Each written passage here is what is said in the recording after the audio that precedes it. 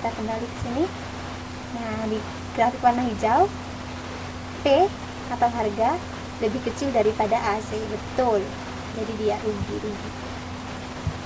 Set. Nah, ini sama, grafiknya sama seperti tadi. Cuma dia lebih berwarna-warni. Tadi ada MR, kemudian ada D. Kenapa kok disebut garis ungu ini? Daerah berwarna ungu ini adalah daerah apa? Kira-kira daerah warna ungu ini daerah apa? Daerah berwarna ungu adalah daerah yang menunjukkan apa? Keuntungan. Betul. Keuntungan produsen. Keuntungan ya. Kenapa kok disebut daerah keuntungan, Mbak Rita? Karena menunjukkan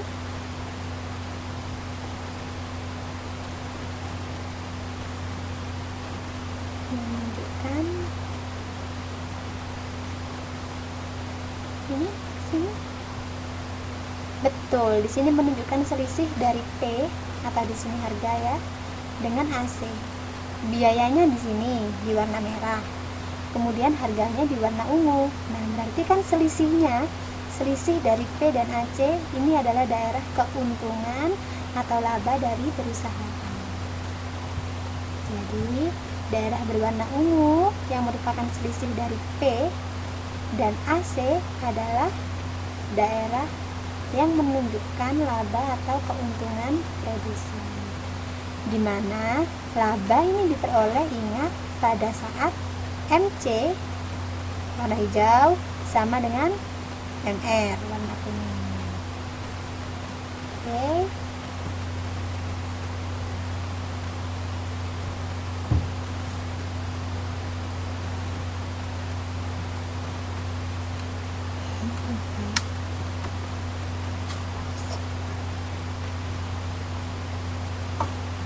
Ada pertanyaan?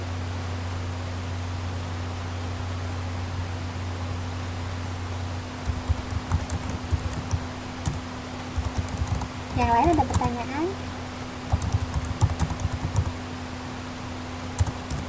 Kalau tidak ada, kita lihat ada apa di slide berikutnya. Nah, apa ini? Kok ada garis-garisnya sih? Padahal tadi tidak ada.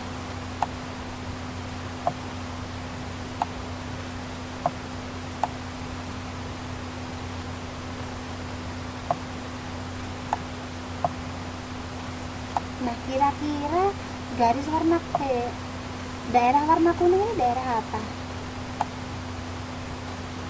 Kira-kira daerah warna kuning kerugian. Kenapa kerugian? Nah, Mas Taufik jawab juga nih. Kira-kira kenapa Mas Taufik? Karena menunjukkan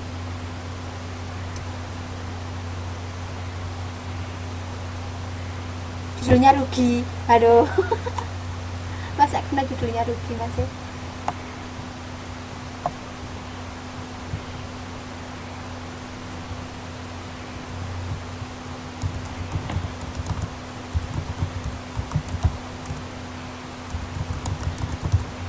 Betul sekali, karena kita lihat di sini biayanya ada di atas ini, harganya di bawah. D kan tadi harga yang merepresentasikan harga adalah D. Betul Mbak Sundari. Jadi ini selisih dari AC dan D. Di sini ada daerah berwarna kuning, yaitu daerah kerugian produsen. Ya, kita lihat di sini karena P kurang dari AC, maka terjadi kerugian minimum.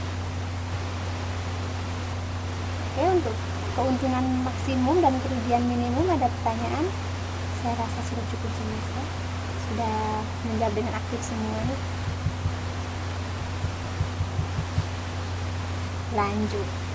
Oke. Setelah kita mengetahui penentuan harga, kemudian muncul yang namanya diskriminasi harga.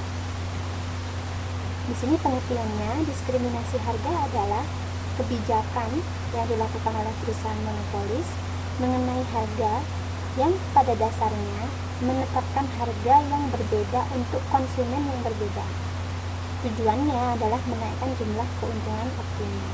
Apa sih maksudnya? Misalkan ada pasar A, ada pasar B. Kemudian di se-Indonesia, misalkan di antara dua pasar ini, yang jual sayur cuma saya seorang yang jual sayur. Jadi saya monopoli sayur. Pasar A itu pasarnya orang kaya, rumahnya di perumahan, kemudian di gedung-gedung begitu. Itu adalah lingkungan pasar A. Lingkungan pasar B adalah yang orang biasa, rumahnya rumah biasa, bukan perumahan. Kira-kira sama-sama jual cabai, kira-kira akan saya bedakan harganya enggak? Harga cabai di pasar A dan pasar B beda. Kenapa kok beda?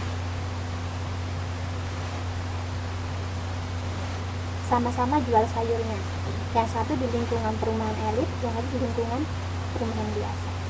Karena beda tempat tuh, beda tempat dan beda yang paling penting adalah bedanya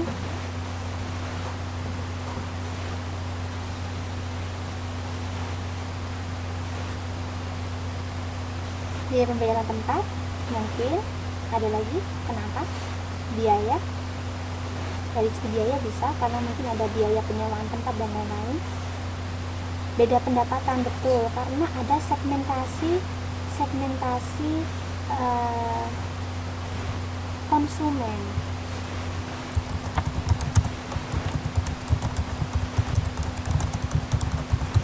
Dimana di pasar A, konsumen di pasar A pendapatannya lebih tinggi, sehingga kita bisa memasukkan ke, oh kalau saya jualnya cabai 1 kilo 20.000 kayaknya nggak apa-apa deh, atau mereka pasti beli, atau cuma saya yang jual, kan nggak ada lagi yang jual, cuma saya doang yang jual, 20.000 lah nggak apa-apa, orang kaya.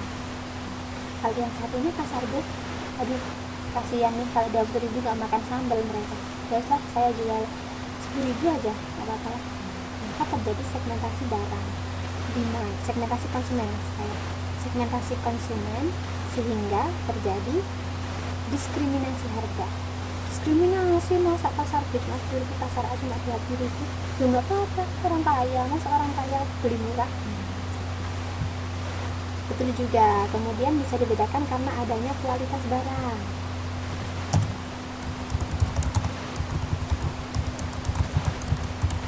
Betul sekali Mbak Monika. Kemudian adanya kemasan, bisa pemasaran,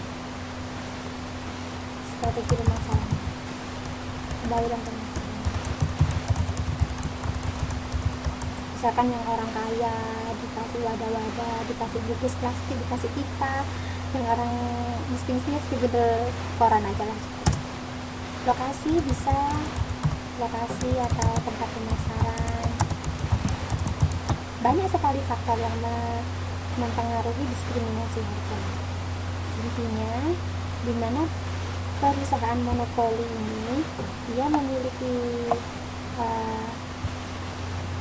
kewenangan, dia memiliki kekuatan untuk mensegmentasikan, untuk mendiskriminasikan harga di beberapa pasar. Untuk pengertiannya, oke ya, kita maju dulu. Mengapa terjadi diskriminasi harga? Kira-kira kenapa?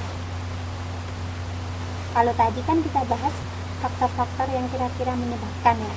Kalau mengapa kok bisa terjadi?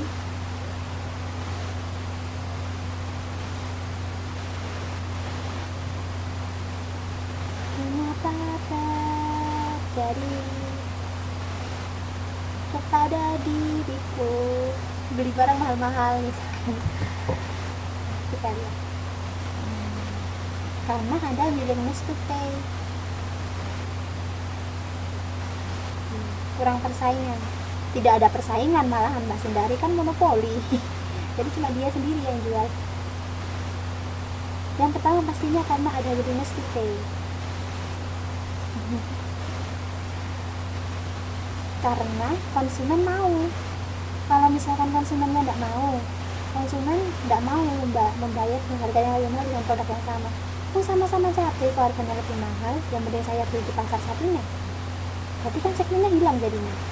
Tapi ada konsumen yang dia willing, dia mau membeli dengan harga yang lebih mahal untuk produk yang hampir sama dengan kualitas yang berbeda misalnya. Atau dia mau membayar lebih mahal pada item-item tertentu dari produk tersebut yang sebenarnya sama dengan produk lainnya. Atau mungkin dia mau membayar dengan syarat misalkan adanya kualitas maupun nilai value yang lebih besar daripada produk lainnya. Maka terjadilah diskriminasi. Sudah konsumennya mau willingness to pay, mau membeli, produsennya melihat opportunity, oh ini kelihatannya ini bisa dijadikan pasarnya orang kaya ini, kayaknya mereka orangnya gengsi ini, seperti kata Mbak Rita, terus tak jualnya agak mahal, dikasih bungkus plastik sedikit lebih mahal. Maka produsen menangkap opportunity tersebut sehingga muncul diskriminasi harga. Terus ini ada pertanyaan dari Mbak Munita, mengapa produk Cina di pasaran lebih murah dibandingkan dengan produk dalam negeri? Ini di pasar mana Mbak? Di pasar Indonesia atau di pasar Cina? Maka produk Cina lebih murah dibandingkan produk di Indo. Di pasar Indonesia, kenapa produk Cina lebih murah dibandingkan produk domestik? Kira-kira kenapa? Saudari-saudari ada yang mau menjawab?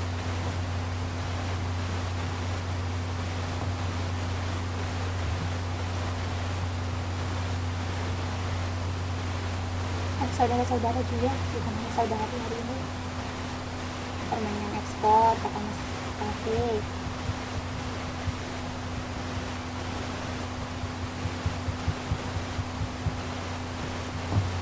Mbak Rita, Mbak Sundari, ya semuanya aku menjawabnya.